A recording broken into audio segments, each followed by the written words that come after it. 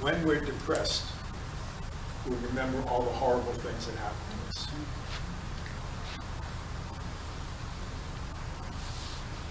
That those memories are contained within that state. We make the erroneous assumption that that past causes the current upset.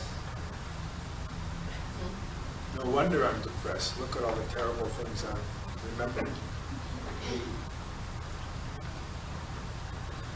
What if, whenever I'm depressed, I have these horrible thoughts and these memories are contained within a particular state of mind? So that would be state-dependent memory. So we have state-dependent learning, state-dependent performance, state-dependent memory. The anticipated future is also state-dependent. If we're feeling anxious and fearful, it's hard to imagine a wonderful future.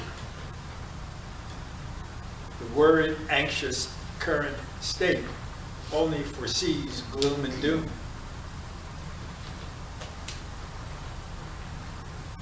If we can recognize that when the anticipated future is not the future, it's a mirror of the current state. And the memory is not a window into the past, it's a mirror of the state in which memory is occurring. We can begin to recognize the power and potency of the prevailing current state. Instead of arguing that that's really how it is, and look at what I've been through, and no wonder I'm this way. You would be too, if you had been through what I've been through. And of course, tomorrow has to be horrible because the past is horrible, the past has become the present, and the present becomes the future. So recognizing state-dependent phenomena, A, and that all perception is interpretation, B, and all interpretation is state-specific, body, mind, and state. And learning to regulate the state of mind and the state of body could be useful. What we want to be able to do is to be able to recognize that a state of mind and a state of body is always operative, and that that condition affects content.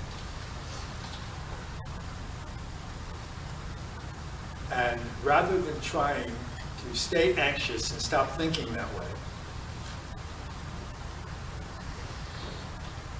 that you, instead of trying to change the content of thought, and I've certainly practiced cognitive behavioral therapy and cognitive therapy, worked with a lot of different approaches, and sometimes people have difficulty changing the content of their mind from negative stinking thinking to positive wonderful thoughts. Sometimes it's hard. And then sometimes when you do it, you don't believe it. Because you know that that other stuff is real, and this is just a positive affirmation that isn't going to work.